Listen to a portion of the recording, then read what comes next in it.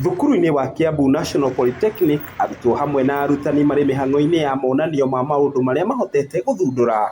Ikinya rĩrĩ rĩkĩonekana kũhũra njeki mbeũ njĩthĩ harĩ kũhota gũthondeka mĩeke ya mawĩra mũgarũ na gũthoma nĩguo mandĩkwo.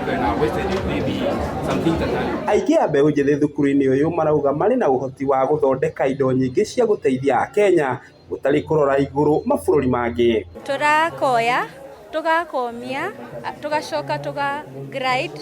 Twa-grade nĩko tũrahũthĩra rĩu nacio indo ingĩ gũthondeka mango body scrub.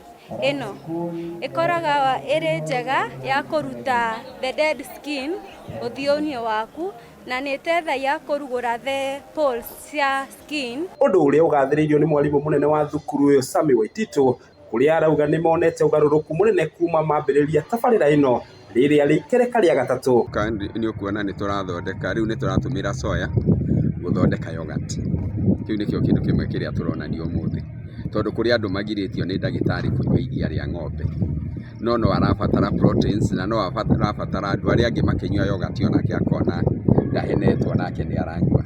Mwena-inĩ wake mũrũgamĩrĩri wa rũhonge rwa National Research Fund gũkũ bũrũri-inĩ Professor Dickson Adara nĩ ahithũrĩtie atĩ nĩ maigĩte kĩgĩna gũteithĩrĩria arutwo arĩa marika ũthundũri-inĩ. They are ready products to go to the market.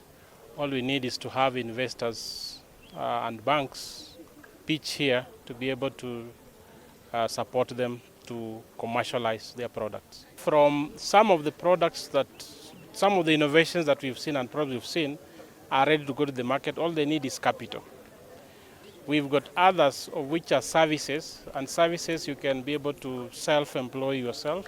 Oho nĩ orĩtie arutwo arĩa marĩ na wendo na ũhoti wa ũthundũri gũkinyĩra mabengi oro ũndũ ũmwe na honge citarĩ cia gĩthirikari iria inyitanagĩra na athundũri. Mine is to encourage, because you can end at different levels. It doesn't mean you can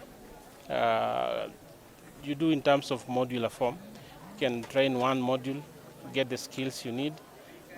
Money should not be an issue. The limitation here is your ability to get to the nearest institution that's offering such a curriculum. Handũ-inĩ ha Kameme TV kaunti-inĩ ya Kiambu, rĩtwa rĩakwa nĩ Njau ya Kĩnuthia.